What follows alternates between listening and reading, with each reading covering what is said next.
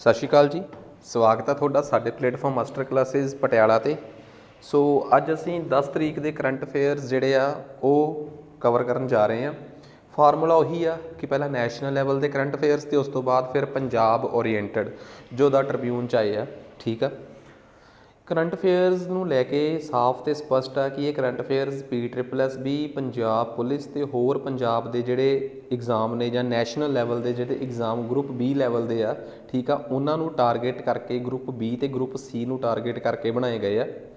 किसी चंगे पेपर च आउण दा कारण इन्हां दा ये हो सकता है क्योंकि अजकल वधिया लैवल के एग्जाम च भी कुछ करंट अफेयर्स फैक्ट बेस्ड आ रहे हैं। सो स्टार्ट करते हैं जी आप अज दे करंट अफेयर। देखो FIA हॉकी प्रो लीग 2022-23, ठीक है, बेसिकली इंटरनैशनल हॉकी फैडरेशन नूं FIA कहा जाता है। ये टूरनामेंट बेसिकली हुंदा क्यों आ? असल च जिहड़ा अगे वर्ल्ड कप जां ओलंपिक्स दे विच टीमां ने क्वालीफाइंग करना हुंदा ना, ये उन्हां टीमां दा प्री एक क्वालीफाइंग जिहा टूरनामेंट आ जिहड़े देश इहदे च पहले उन्ने रैंकां च आ जाण जिन्ने भी टीमां ओलंपिक्स च जां वर्ल्ड कप खेडण लई चाहीदियां है वो ऑटोमैटिकली क्वालीफाइंग कर जांदियां है। सो इंडिया जिहड़ा है इस FIA हॉकी प्रो लीग च चौथे नंबर ते रहा है। ठीक है, इनू इस टूरनामेंट नूं नीदरलैंड ने जित्तिया, ब्रिटेन UK दूजे नंबर ते बैल्जीयम तीसरे नंबर ते। सो जे कोई मैनू पूछे कि ये टूरनामेंट हर 4 साल बाद इस करके खेडिया जाता है क्योंकि ये चों क्वालीफाई हुई टीमां, इस चों जित्तियां हुई टीमां जिहड़ियां ने वो इस टूरनामेंट तो बाद होने वाली ओलंपिक्स ते वर्ल्ड कप लिए एलीजिबल हो जांदियां है। सो खैर नैक्सट अगे चलते हैं जी अगले करंट अफेयर। हरियाणा वैसे भी तुसी देखो हरियाणे च जदों आपां करनाल तो अगे अंबाले तो अगे GT रोड ते दिल्ली तक जाने मारूथल तक, तो उत्थे ढाबे वैसे भी 24x7 खुले हुए आ, पर कुछ अपवाद सी, कुछ एक्सैप्शन सी कि GT रोड के नेड़े दे ढाबे ही 24x7 खुल सकते सी। पर हुण हरियाणा सरकार ने सैक्शन 9 ते 10 भाव धारा 9 ते 10 च बदलाव किया है। एक्ट का नाम आ Punjab shops and commercial establishment act 1958। तुसी कहोगे कि हरियाणे ने पंजाब एक्ट च बदलाव क्यों किया है? उसकी वजह यह आ कि 1966 तो पहला पंजाब हरियाणा ते हिमाचल का कुछ हिस्सा ये पंजाब के दायरे च सी, इस करके इत्थे बनने वाले एक्टां नूं पंजाब एक्ट ही कहा जाता सीगा। सो भारत के संविधान के तहत जदों 1966 की 1 नवंबर नूं पंजाब हरियाणा अड होए ना, तो एक एक्ट बनया, उसका नाम सी स्टेट रीऑर्गेनाइजेशन एक्ट 1966। पता ही है सारिआं नूं, स्टेट रीऑर्गेनाइजेशन मतलब कि राज पुनर्गठन एक्ट 1966, जिहदे तहत पंजाब चों हरियाणा ते हिमाचल अड कढ़ दिते गए। उस एक्ट का जिहड़ा सैक्शन 72 सी ना, धारा 72, कई लोग कहेंगे कि बड़ा बोर कर रहे हैं पर यह बहुत इंपॉर्टेंट चीज़ है। उस एक्ट का सैक्शन 72 ये कहता सी कि जिन्ने भी एक्ट अज की डेट तो पहला बन चुके हैं तो वो अगे आने वाले पंजाब हरियाणे ते हिमाचल ते लागू ने, वो एज इट इज़ उवें ही चलते रहणगे। जे नवीं बनी स्टेट अपना कोई वखरा एक्ट बनाना चाहती है तो बना सकती है। हुण तुसी हैरान हो जाओगे कि इसे सैक्शन 72 का सहारा लैके भगवंत मान की सरकार ने सिख गुरुद्वारा एक्ट च तब्दीलियां कीतियां है। ज़्यादा डिटेल च मैं जाऊँगा नहीं। लो नैक्सट अगे चलते हैं जी अगले करंट अफेयर ते।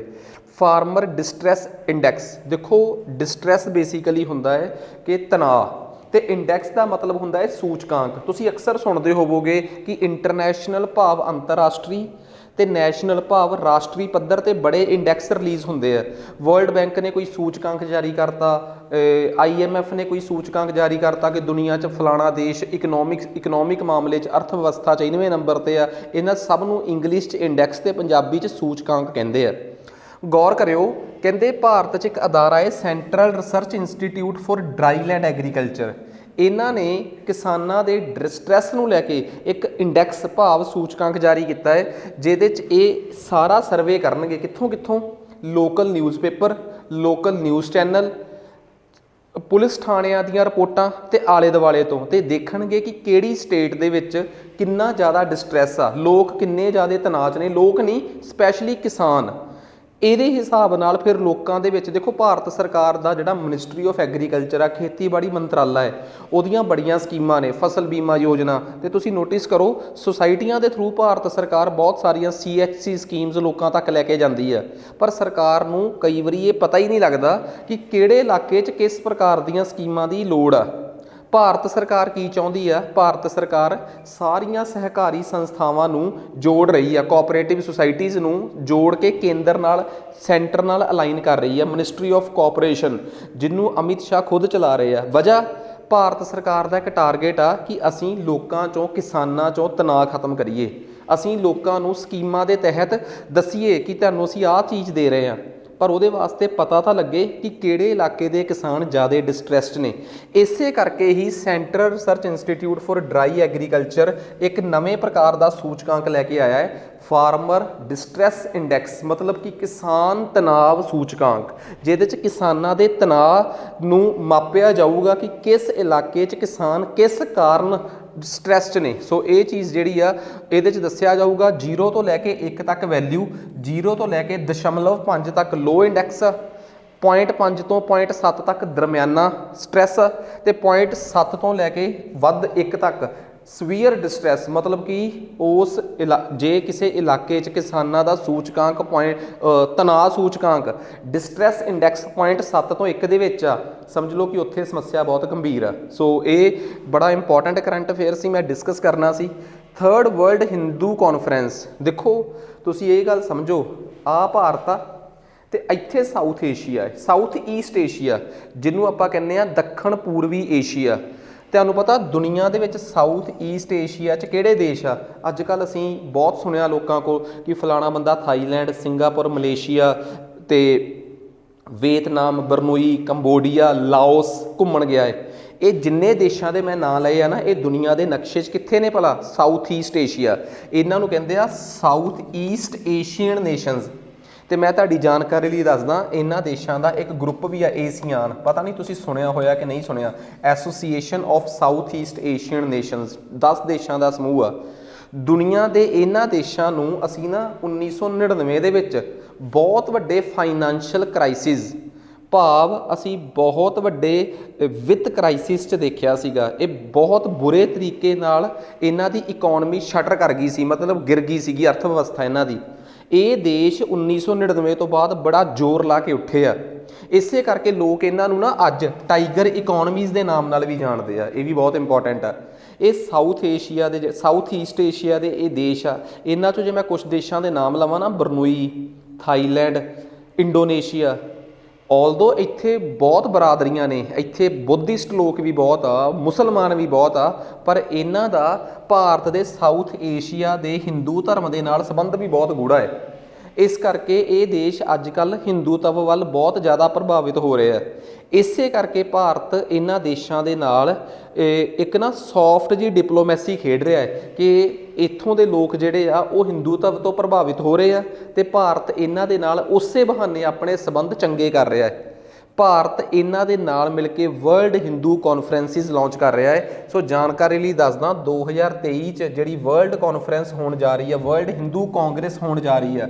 ਇਹ world Hindu Congress Bangkok, Indonesia ਦੇ ਸ਼ਹਿਰ 'ਚ ਹੋਊਗੀ, ਤੇ ਜਿਹਦੇ ਮੁੱਖ ਟਰਸਟੀ ਨੇ ਸਵਾਮੀ ਵਿਗਿਆਨੰਦ, ਮੋਸਟ ਇੰਪੋਰਟੈਂਟ, ਠੀਕ ਆ। ਤੇ ਵਿਸ਼ਵ ਹਿੰਦੂ ਪਰਿਸ਼ਦ ਦੁਆਰਾ ਜਿਹੜੀ ਆ ਉਹ ਕਰਾਈ ਜਾ ਰਹੀ ਹੈ, ਮੋਸਟ ਇੰਪੋਰਟੈਂਟ। ਪਹਿਲੀ ਵਿਸ਼ਵ ਹਿੰਦੂ ਕਾਂਗਰਸ ਦਿੱਲੀ 'ਚ ਹੋਈ ਸੀ, ਦੂਜੀ US 'ਚ ਹੋਈ ਸੀ, ਤੇ ਭਾਰਤ ਹੁਣ ਦੱਖਣੀ ਪੂਰਬੀ ਏਸ਼ੀਆ, ਸਾਊਥ ਈਸਟ ਏਸ਼ੀਆ ਦੇ ਲੋਕਾਂ 'ਚ ਦਾ ਹਿੰਦੂਤਵ ਦੇ ਵਿੱਚ ਇੰਟਰਸਟ ਦੇ ਕੇ ਭਾਰਤ ਦੇ ਤੀਸਰੀ ਹਿੰਦੂ ਕਾਂਗਰਸ ਜਿਹੜੀ ਆ ਉਹ ਉੱਥੇ ਕਰਾਉਣ ਜਾ ਰਿਹਾ ਹੈ। ਬੜਾ ਇੰਪੋਰਟੈਂਟ ਕਰੰਟ ਅਫੇਅਰ ਸੀ, ਸੋ ਮੈਂ ਤੁਹਾਨੂੰ ਕਲੀਅਰ ਕਰਤਾ।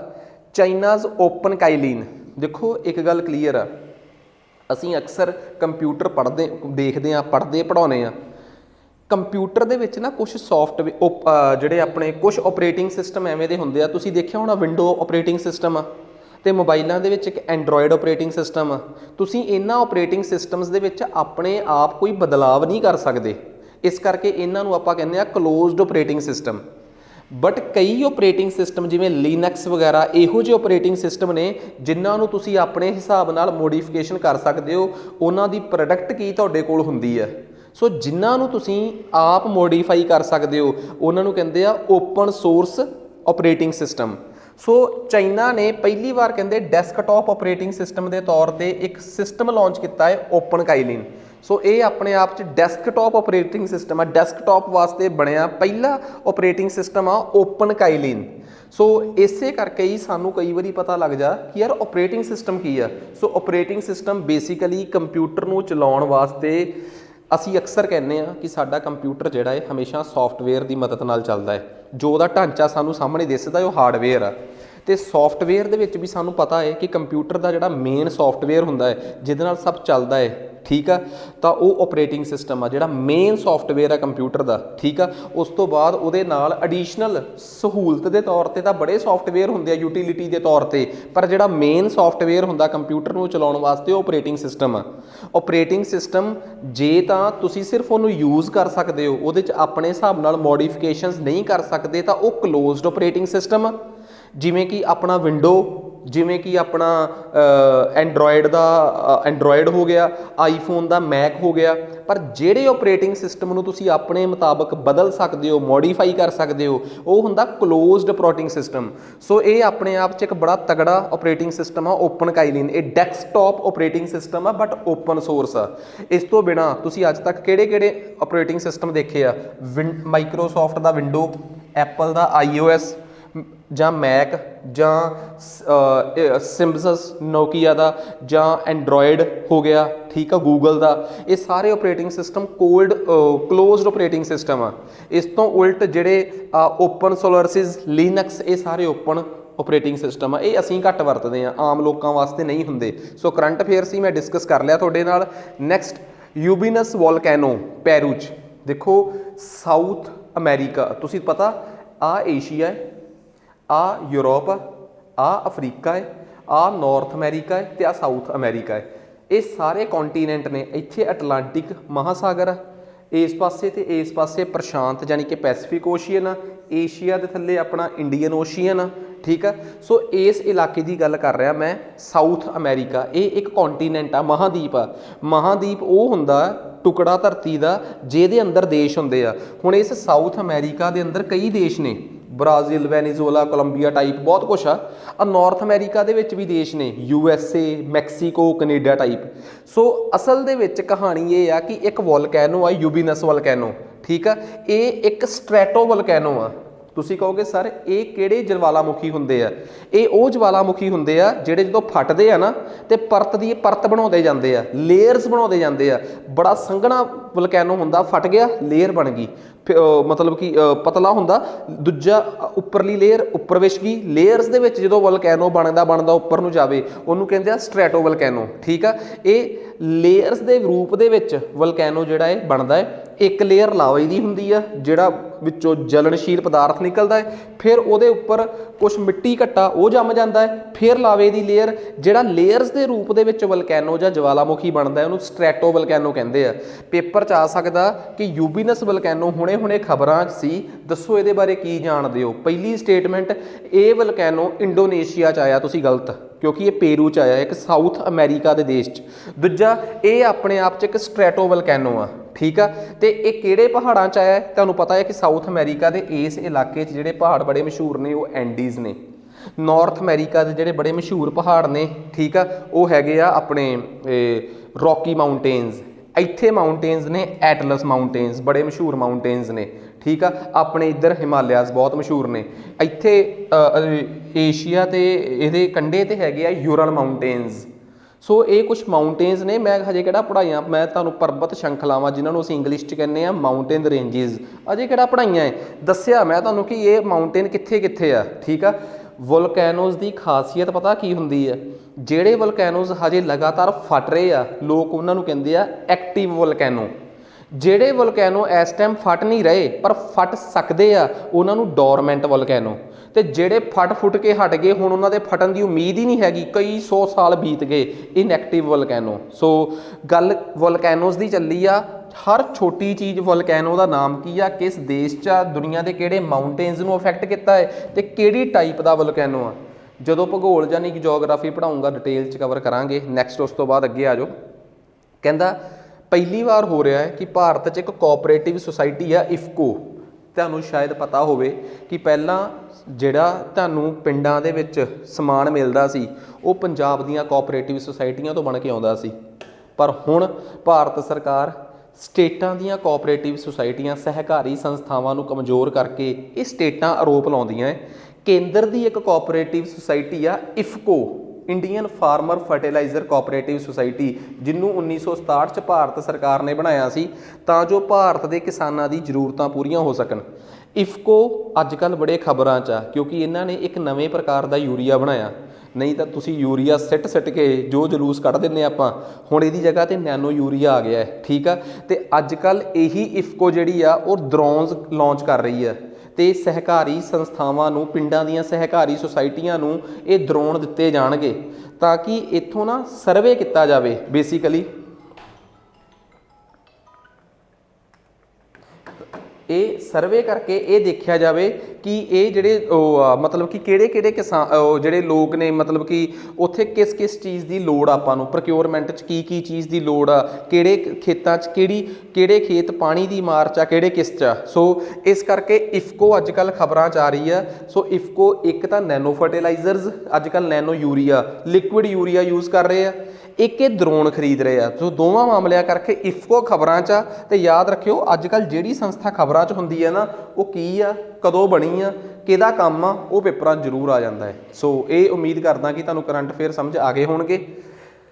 ਅੱਜ ਦੇ ਕਰੰਟ ਅਫੇਅਰਸ ਦਾ ਅਗਲਾ ਹਿੱਸਾ ਹੈ ਪੰਜਾਬ ਨਾਲ ਸੰਬੰਧਿਤ।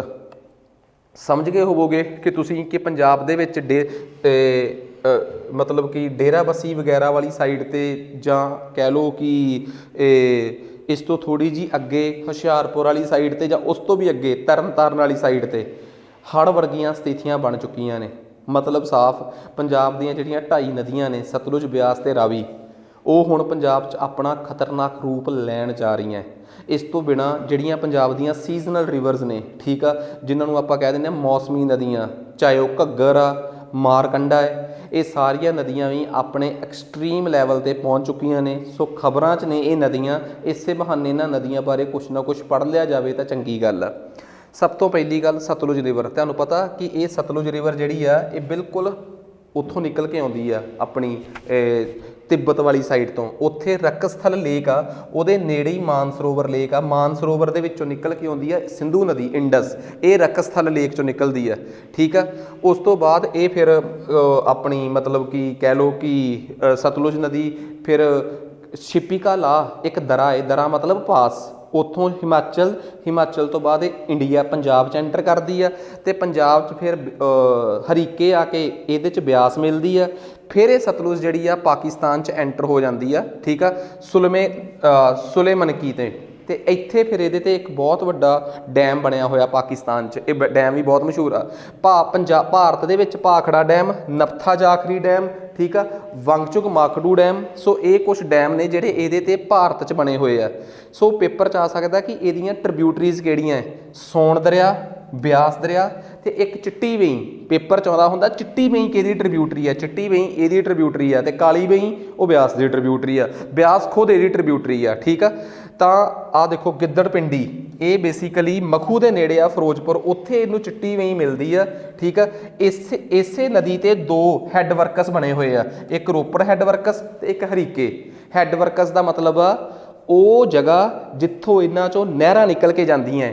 ਹਰੀਕੇ ਤੋਂ ਇਹਦੇ 'ਚੋਂ ਨਹਿਰ ਨਿਕਲ ਕੇ ਜਾਂਦੀ ਆ, ਉਸ ਨਹਿਰ ਦਾ ਨਾਮ ਆ ਆਪਣਾ ਇੰਦਰਾ ਗਾਂਧੀ ਕਨਾਲ, ਅਤੇ ਰੋਪੜ ਤੋਂ ਜਿਹੜੀ ਇਹਦੇ 'ਚੋਂ ਨਹਿਰ ਨਿਕਲ ਕੇ ਆਉਂਦੀ ਆ ਉਹਨੂੰ ਕਹਿੰਦੇ ਆ ਭਾਖੜਾ ਨਹਿਰ। ਸੋ ਬਹੁਤ ਇੰਪੋਰਟੈਂਟ ਗੱਲ ਆ, ਹੈੱਡ ਵਰਕਸ ਵੀ ਪਤਾ ਲੱਗ ਗਿਆ ਕੀ ਹੁੰਦੇ ਆ। ਅਤੇ ਇਹਦੇ ਨਾਲ ਹੀ ਇੱਕ ਨਦੀ ਹੋਰ ਅੱਜ ਕੱਲ੍ਹ ਖਬਰਾਂ 'ਚ ਆ, ਘੱਗਰ, ਜਿਹੜੀ ਕਿਹਾ ਜਾਂਦਾ ਕਿ ਪੁਰਾਣੇ ਟਾਈਮ 'ਚ ਜਿਹੜੀ ਸਰਸਵਤੀ ਸੀ ਉਹਦਾ ਬਚਿਆ ਖੁਚਿਆ ਕੰਮ ਜਿਹਾ ਅੱਜ ਕੱਲ੍ਹ ਘੱਗਰ ਆ। ਇਹ ਇੱਕ ਮੌਸਮੀ ਦਰਿਆ ਹੈ, ਠੀਕ ਆ। ਇਹ ਹਿਮਾਚਲ ਦੇ ਸਿਰਮੌਰ ਜ਼ਿਲ੍ਹੇ ਤੋਂ ਸ਼ੁਰੂ ਹੁੰਦੀ ਆ ਅਤੇ ਜਿੱਥੇ ਇਹ ਨਦੀ ਲੰਘਦੀ ਸੀ ਉਹਦੇ ਅੱਗੇ ਅਸੀਂ ਚੰਡੀਗੜ੍ਹ ਸ਼ਹਿਰ ਬਣਾਤਾ, ਅਤੇ ਫਿਰ ਇਹਨੇ ਆਪਣਾ ਰੂਟ ਬਦਲ ਲਿਆ। ਸੋ ਅੱਜ ਕੱਲ੍ਹ ਇਹ ਬੇਸਿਕਲੀ ਫਿਰ ਮੁਬਾਰਕਪੁਰ, ਤਕਰੀਬਨ ਮਨੀ ਮਾਜਰਾ ਦੇ ਕੋਲੋਂ ਇਹ ਪਹਾੜੀ ਏਰੀਆ ਛੱਡ ਕੇ ਪਲੇਨ ਏਰੀਏ 'ਚ ਐਂਟਰ ਹੋ ਜਾਂਦੀ ਆ, ਅਤੇ ਪਟਿਆਲਾ, ਘਨੌਰ, ਅਤੇ ਫਿਰ ਉਸ ਤੋਂ ਬਾਅਦ ਖਨੌਰੀ ਤੋਂ ਹੁੰਦੀ ਹੋਈ ਫਿਰ ਇਹ ਹਰਿਆਣੇ 'ਚ ਐਂਟਰ ਹੋ ਜਾਂਦੀ ਆ, ਅਤੇ ਫਿਰ ਉਸ ਤੋਂ ਬਾਅਦ ਫਾਈਨਲੀ ਇਹ ਰਾਜਸਥਾਨ 'ਚ ਜਾ ਕੇ ਡੈਜ਼ਰਟਸ ਦੇ ਵਿੱਚ ਵਿਲੁਪਤ ਹੋ ਜਾਂਦੀ ਆ, ਖਤਮ ਹੋ ਜਾਂਦੀ ਆ। ਸੋ ਘੱਗਰ ਨਦੀ ਖਬਰਾਂ 'ਚ ਆ, ਉਹਦੇ ਬਾਰੇ, ਉਹਦੇ ਰੂਟ ਬਾਰੇ, ਉਹਦੇ ਓਰੀਜਨ ਬਾਰੇ, ਕਿੱਥੋਂ ਪੈਦਾ ਹੋਈ ਆ, 4 ਗੱਲਾਂ ਜੇ ਪੁੱਛ ਲੈਣਗੇ ਤਾਂ ਤੁਹਾਨੂੰ ਪਤਾ ਹੋਣਾ ਚਾਹੀਦਾ ਹੈ। ਤੇ ਗੱਲ ਅੱਗੇ ਫੇਰ ਆ ਗਈ ਕਿ ਰਾਵੀ ਦਰਿਆ ਵੀ ਖਬਰਾਂ 'ਚ ਸੀ, ਤੇ ਜੇ ਰਾਵੀ ਖਬਰਾਂ 'ਚ ਆ ਤਾਂ ਓਬਵੀਅਸ ਜੀ ਗੱਲ ਆ ਉੱਥੋਂ ਦੇ ਗੁਰਦਾਸਪੁਰ ਦੇ ਜਿਹੜੇ ADC ਆ ਉਹਨਾਂ ਨੇ ਵੀ ਕਹਿ ਲਓ ਕਿ ਵਾਰਨਿੰਗ ਜਾਰੀ ਕਰਤੀ ਆ। ਤੇ PDF ਤੁਹਾਡੇ ਕੋਲ ਹੋਊਗੀ। ਆਹ ਚੀਜ਼ ਬਹੁਤ ਇੰਪੋਰਟੈਂਟ ਆ। ਜਿਵੇਂ ਸਤਲੁਜ ਆ ਰਹੀ ਆ ਥੱਲਿਓ, ਆਹ ਦੇਖੋ ਸਤਲੁਜ ਵੀ ਬਿਲਕੁਲ ਪਿੱਛੇ ਰਕਸਥਲ ਤੋਂ ਤੇ ਉੱਥੋਂ ਹੀ ਇੰਡਸ ਨਿਕਲ ਕੇ ਆਈ ਆ। ਸਤਲੁਜ ਨਦੀ ਜਿਹੜੀ ਆ ਉਹ ਅੱਗੇ ਜਾ ਕੇ ਇੰਡਸ ਨੂੰ ਮਿਲਦੀ ਆ ਇੱਥੇ ਮਿਥਾਨਕੋਟ ਦੇ ਵਿੱਚ, ਇਹ ਵੀ ਪੇਪਰ 'ਚ ਪੁੱਛ ਲੈਂਦੇ ਆ। ਤੇ ਸਤਲੁਜ ਦੇ ਵਿੱਚ ਆ ਕੇ ਚਨਾਬ ਡਿੱਗਦੀ ਆ ਉੱਚ ਸ਼ਰੀਫ 'ਚ, ਠੀਕ ਆ। ਸਤਲੁਜ 'ਚ ਆ ਕੇ ਬਿਆਸ ਮਿਲਦੀ ਆ ਹਰੀਕੇ। ਸੋ ਆ ਸਾਰੀਆਂ ਨਦੀਆਂ ਕਿਹੜੀ ਨਦੀ ਕਿਹਨੂੰ ਕਿੱਥੇ ਮਿਲਦੀ ਆ ਉਹ ਪੂਰਾ ਡਾਇਗਰਾਮ ਬਣਿਆ ਹੋਇਆ ਹੈ। ਤੇ ਜੇ ਮੈਂ ਗੱਲ ਕਰਾਂ ਰਾਵੀ ਨਦੀ ਦੀ, ਤੇ ਯਾਦ ਰੱਖਿਓ ਰਾਵੀ ਨਦੀ ਬਾਰੇ ਇੱਕ ਗੱਲ ਕਲੀਅਰ ਆ ਕਿ ਇਹ ਹਿਮਾਚਲ ਦੇ ਕਾਂਗੜਾ ਜ਼ਿਲ੍ਹੇ ਤੋਂ ਸਟਾਰਟ ਹੁੰਦੀ ਆ, ਪੰਜਾਬ 'ਚ ਐਂਟਰ ਕਰਦੀ ਆ ਪਠਾਨਕੋਟ, ਉੱਥੇ ਇਹਦੇ ਤੇ ਮਾਧੋਪੁਰ ਵਰਕਸ ਆ। ਤੁਹਾਨੂੰ ਪਤਾ ਮਾਧੋਪੁਰ ਵਰਕਸ ਤੇ ਇੱਥੇ ਇੱਕ ਡੈਮ ਬਣਿਆ ਹੈ ਸ਼ਾਹਪੁਰ ਕੰਢੀ, ਜਿੱਥੋਂ ਇਹ ਜੰਮੂ ਕਸ਼ਮੀਰ ਨੂੰ ਪਾਣੀ ਦਿੰਦੇ ਆ। ਤੇ ਉਹਦੇ ਕਰਕੇ ਪੰਜਾਬ ਤੇ ਕਸ਼ਮੀਰ 'ਚ ਕਈ ਵਾਰੀ ਵਿਵਾਦ ਹੋ ਚੁੱਕਿਆ ਹੈ। ਸੋ ਮਾਧੋਪੁਰ ਹੈੱਡ ਵਰਕਸ ਪਤਾ ਲੱਗ ਗਿਆ। ਤੇ ਫਿਰ ਇਹ ਗੁਰਦਾਸਪੁਰ ਤੇ ਅੰਮ੍ਰਿਤਸਰ ਦੇ ਵਿੱਚ ਤੋਂ ਹੁੰਦੀ ਹੋਈ ਭਾਰਤ ਤੇ ਪਾਕਿਸਤਾਨ 'ਚ ਅੰਤਰਰਾਸ਼ਟਰੀ ਬਾਰਡਰ ਬਣਾਉਂਦੀ ਹੋਈ ਪਾਕਿਸਤਾਨ 'ਚ ਐਂਟਰ ਕਰ ਜਾਂਦੀ ਆ। ਤੇ ਕੱਕੜ ਪਿੰਡ ਆ ਪਾਕਿਸਤਾਨ 'ਚ, ਜਿੱਥੇ ਜਾ ਕੇ ਇਹ ਮਤਲਬ ਕਿ ਉਹ ਪਾਕਿਸਤਾਨ 'ਚ ਐਂਟਰ ਕਰਦੀ ਆ। ਤੇ ਉਸ ਤੋਂ ਬਾਅਦ ਇਹ ਚਨਾਬ 'ਚ ਮਿਲ ਜਾਂਦੀ ਆ। ਰਾਵੀ ਨਦੀ ਆਹ ਚਨਾਬ ਆ ਰਹੀ ਆ ਤੇ ਰਾਵੀ ਨਦੀ ਚਨਾਬ 'ਚ ਇੱਥੇ ਮਿਲ ਗਈ ਆ ਕੇ। ਤੇ ਜਿਸ ਜਗ੍ਹਾ ਤੇ ਮਿਲਦੀ ਆ ਇਸ ਜਗ੍ਹਾ ਦਾ ਨਾਮ ਆ ਰੰਗਪੁਰ। ਤੇ ਚਨਾਬ ਉਸ ਤੋਂ ਪਹਿਲਾਂ ਆਪਣੇ ਅੰਦਰ ਜੇਹਲਮ ਨੂੰ ਸਮਾ ਕੇ ਆਈ ਹੋਈ ਆ।